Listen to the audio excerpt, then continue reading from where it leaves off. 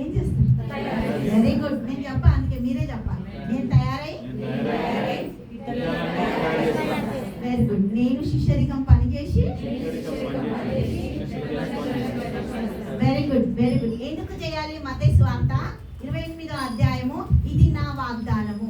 మార్చి నెల మొదటి రోజు దేవుడు మనకిస్తున్న వాగ్దానం. మత్తయి సువార్త 28వ అధ్యాయము.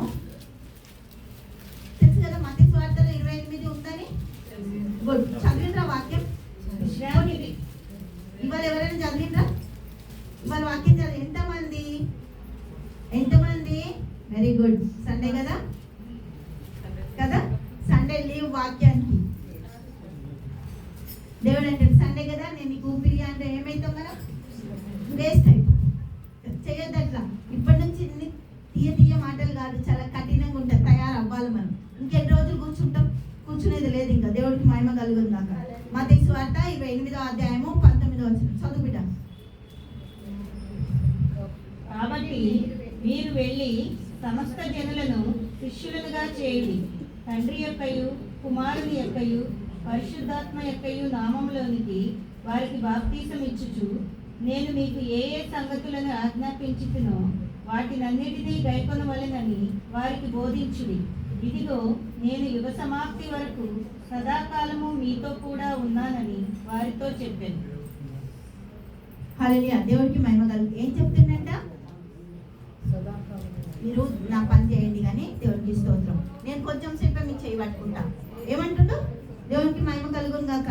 నేను మీకు ఏ ఏ సంగతులను ఆజ్ఞాపించుతునో వాటన్నిటినీ గైకొనవలెననియు వారికి బోధించుడి. ఇదిగో నేను యుగ సమాప్తి వరకు సదాకాలము మీతో కూడా ఉన్నానని వారితో చెప్పాను. ఏం పని చేయమంటుడు? పక్కన అడగని ఏం పని చేయమంటుడు?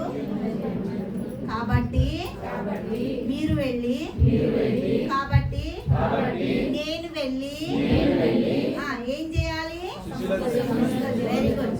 కాబట్టి నేను వెళ్ళి సమస్త జనులను శిష్యులుగా తయారు చేయాలి. ఎట్లా?